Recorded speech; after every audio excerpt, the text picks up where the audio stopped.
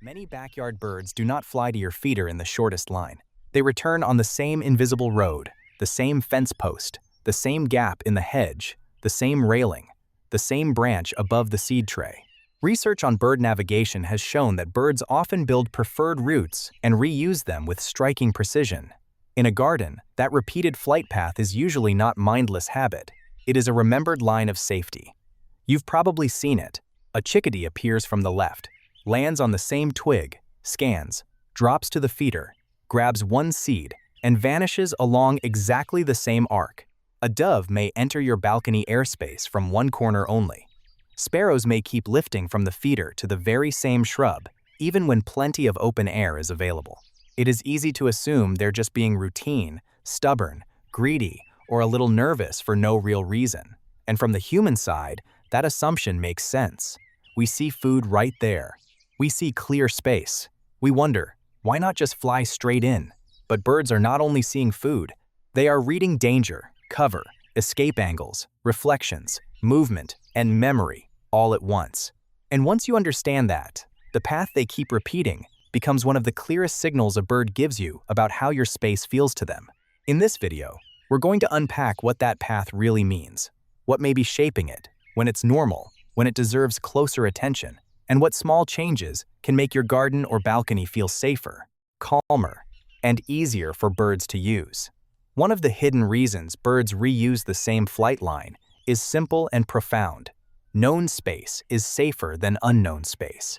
Studies of homing pigeons, including work by Dora Biro and colleagues, have shown that birds often develop highly repeatable routes rather than inventing a brand new one every time. They use landmarks. They learn edges. They remember what worked. In other bird groups, especially species that cache food, researchers have also found exceptional spatial memory linked to the hippocampus, the brain region involved in mapping space. Translated out of science language, this means a bird in your yard is not just visiting a feeder, it is moving through a mental map. That map may include the top of the fence, the dark side of the rosemary pot, the cable above the patio, the shrub that hides it from a hawk, and the clean angle it can use to leave if something moves. When the bird repeats the path, it is often repeating a sequence of decisions that has already passed a survival test. This is why a tiny change can matter more than people expect. Move a feeder a few feet.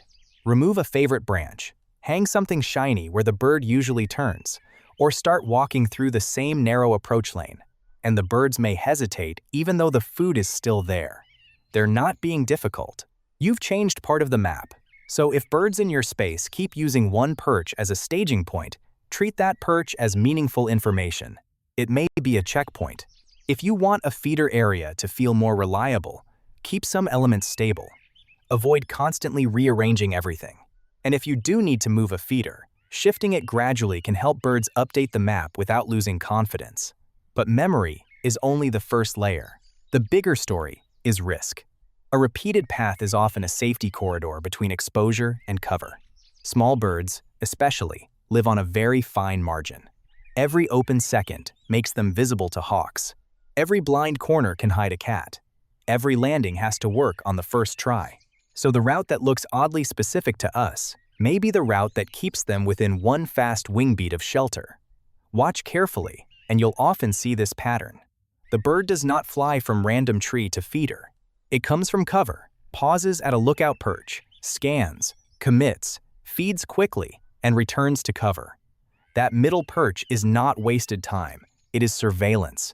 The returning arc is not fussiness. It is escape planning. This is also why birds sometimes avoid what seems like the perfect feeder location. An exposed feeder in the middle of open space may look welcoming to us because we can see it clearly. To a bird, it can feel like a stage with no backstage exit. On the other hand, a feeder buried deep in dense foliage may feel dangerous for a different reason. It offers hiding places, not only for small birds, but for predators. Safer usually means a balance. Cover nearby, but not an ambush point directly underneath. In practical terms, give birds an approach route with options. A shrub, small tree, trellis, or open-branched plant a short dash away can help. For many garden birds, a feeder placed a few feet from protective cover is more usable than one stranded in the open. but avoid creating a dense hiding pocket where a cat can launch unseen. If you have a balcony, think about the air lane too. Birds may prefer one side because it gives them a cleaner turn away from walls and a quicker exit. If your chair, laundry rack, or plant stand blocks that lane, visits may drop for reasons that have nothing to do with food. And there is another reason: the same path matters. It can reveal a hazard before you fully notice it. If birds repeatedly approach from one direction and that line points them toward reflective glass, the very route they trust can become dangerous. Window strikes often happen not because birds are careless, but because glass breaks the rules their map depends on. It looks like open sky, safe vegetation, or a clear continuation of space. If you see birds following a familiar line toward a window, especially with hard turns at the last second or occasional thuds, that is not a personality quirk. It is a collision risk. This is where bird-friendly prevention matters a lot more than worry. Make the glass visible from the outside. Use exterior markers, screens, cords, or other proven treatments that break up reflections and transparent sightlines. And be thoughtful about feeder distance. Bird collision guidance often recommends placing feeders either very close to the glass, within about 3 feet, or much farther away, beyond about 30 feet, rather than in the middle zone where birds can build up speed. Sudden human disturbance can shape these flight lines too. If you often step straight toward the feeder, open a door into the bird's escape lane, or let a dog burst into the same patch of yard at feeding time, birds may shift to a longer, more cautious route or stop committing to the feeder at all. That doesn't always mean you've lost them. It can mean the route no longer feels predictable. A useful habit is to pause and observe before you move closer. Is the bird already leaning away, stretching its neck, freezing, or giving quick alarm notes? Those are signs it's monitoring risk. If you want birds to stay calmer, avoid approaching directly from their front or blocking the line they normally use to leave. Trust in wild birds is not affection. It is repeated evidence that this place remains usable. There's also an energy story hidden in these repeated routes. Flying is expensive. Decision-making is expensive. In cold weather, during nesting, or in the lean hours after dawn, birds are not only feeding, they are managing a budget. A familiar route reduces wasted motion and lowers uncertainty. It may not be the shortest path on paper, but it can be the cheapest safe path in real life. That helps explain why birds may visit at almost the same time, use the same branch, grab the same kind of seed, and leave in the same direction for days, then suddenly change.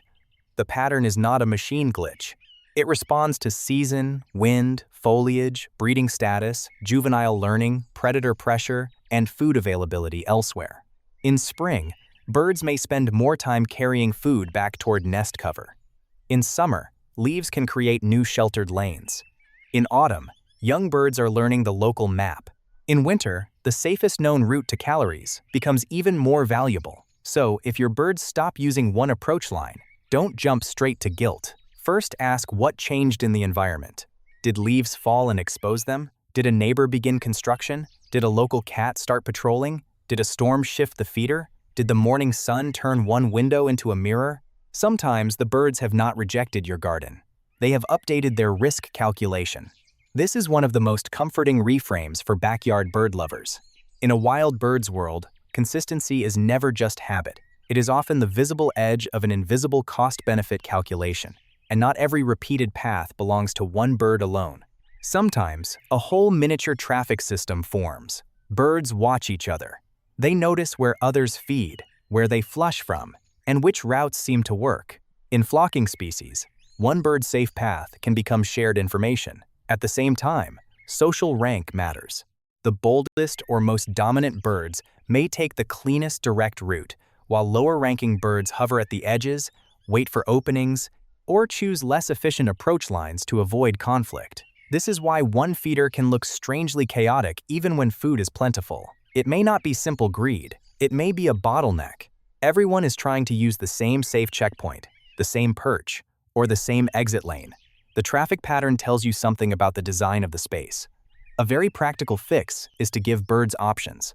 More than one feeding point, spaced apart rather than clumped tightly together, can reduce pressure.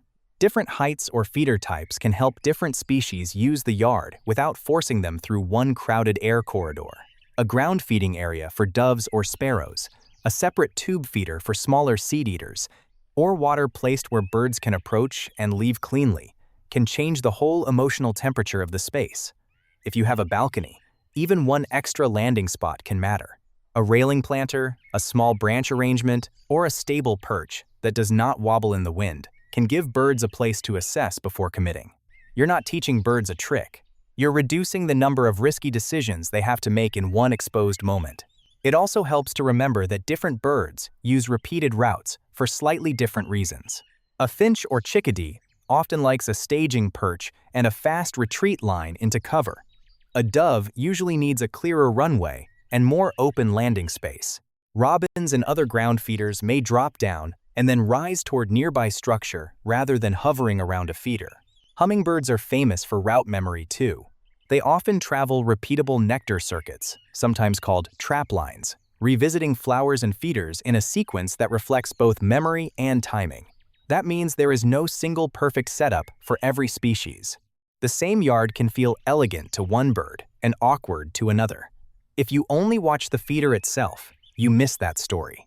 If you watch the approach and the exit, you start to see how body shape, feeding style, and local architecture interact. This is especially useful when people say, "The birds used to come, but now only certain ones do." Sometimes, the food did not become worse. The airspace became better for one kind of bird and worse for another. A hanging basket, a new umbrella, pruned branches, or a moved chair can quietly redesign the route network. Once you notice species-specific paths, you can make much smarter changes. So, when should you simply appreciate the pattern? And when should you look more closely? It is normal for birds to use the same path over and over. It is normal for them to pause, scan, take one seed, and leave. It is normal for routes to shift with weather, season, or changing vegetation. It is also normal for birds to vanish for a while when natural food surges, when nesting pulls them elsewhere, or after a predator passes through. A disappearing bird is not automatically a sign that you failed them. What deserves closer attention is a sudden change paired with stress cues or obvious environmental problems. Repeated aborted landings can mean the feeder now feels exposed or unstable. Nervous bunching and constant chases can mean crowding. Birds dropping straight down after lifting off near a window can mean collision danger. Birds avoiding seed they once used may be responding to stale, wet, or spoiled food. If the area under the feeder is heavily littered with husks, droppings, or damp clumps, cleanliness may be part of the story. And if you repeatedly find feathers, hear alarm calls, or notice birds erupting from the same shrub without feeding, a predator may be using that area. The calm response is observation, not panic. Clean feeders and surrounding surfaces regularly. Replace wet or moldy seed. Rake or rotate heavily used ground spots if practical. Keep cats indoors and make sure hiding cover near the feeder is protective for birds, not ideal ambush cover for predators. If you ever see multiple sick birds lingering, remove feeders temporarily and clean thoroughly while you follow local wildlife health guidance. The important distinction is this: a repeated path is normal survival behavior. A disrupted path can be information. It tells you that something about safety, sanitation, access, or disturbance may have changed. Here is the reframe that changes the whole feeling of this behavior. When a bird follows the same line into your yard, it is not just coming for food. It is placing a small amount of trust in a route that has worked before. Not trust in the sentimental sense. Trust as a survival calculation. The branch held. The window did not deceive. The cat did not appear. The human stayed predictable. The exit remained open. That means the repeated flight path is one of the quietest compliments a wild bird can give a place. Not because the bird feels at home the way a pet would. Because your space has become legible. It can be read. It can be survived. And that is why so many people feel unexpectedly emotional when birds keep returning the same way every morning. What you're seeing is not a cute routine with feathers. You're seeing a wild animal carry memory through space. You're seeing caution, learning, and opportunity braided together in a movement so ordinary, most people miss it entirely. Once you notice that, frustration often turns into compassion. The bird that bolts when you open the door is not ungrateful. The bird that circles and refuses to land is not being dramatic. The bird that pauses on the same bare branch day after day is not wasting time. It is checking whether the map still makes sense. So if you want to support birds better after noticing these patterns, focus on making the map clearer, safer, and more stable. Keep a reliable staging area near your feeder or water source. That can be a natural branch, an open shrub, a small tree, or another perch birds can use to scan before landing. If you remove every nearby perch for a cleaner look, birds may lose the checkpoint that made the space usable. Protect the route from sudden disruption. If possible, avoid placing feeders where doors swing open into the approach lane, where people walk through constantly, or where pets charge past at random. When you do need to garden or clean nearby, slow, sideways movement is less disruptive than striding straight into the bird's path. Make windows part of your bird-friendly design, not an afterthought. If a feeder or favorite route lines birds up with glass, add visible external treatments and adjust placement before a strike teaches the bird a harsher lesson. Keep food and feeding areas clean and dependable. Birds remember outcomes. A safe, clean feeder supports route fidelity, in a good way. A dirty, wet, unstable feeder teaches avoidance just as effectively. And finally, notice change without taking it personally. If birds switch routes, ask what changed in light, cover, sound, weather, crowding, or predator activity. In bird behavior, change is often information before it is loss. These are small choices. But to a bird moving through your garden on a memorized ribbon of safety, small choices are the whole world. So the hidden reason birds follow the same flight path is not that they lack imagination. It is that wild animals survive by turning successful experience into usable space. The repeated line to your feeder, your balcony rail, your bird bath, or your hedge is a map made from memory, risk, escape, landmarks, energy, social pressure, and learned trust. Once you see that, an ordinary backyard visit stops looking random. It starts looking like communication. And maybe that is the deeper gift of watching birds closely. They keep showing us that even the smallest movement can carry meaning if we learn to read it well. If you've noticed birds in your garden using the same branch, the same corner, or the same mysterious route every day, I'd love to hear what that pattern looks like where you live, and whether you've ever changed something that made the route shift. And if you enjoy this kind of deeper backyard bird behavior, subscribe. There is a lot more hidden in these ordinary moments than most people realize.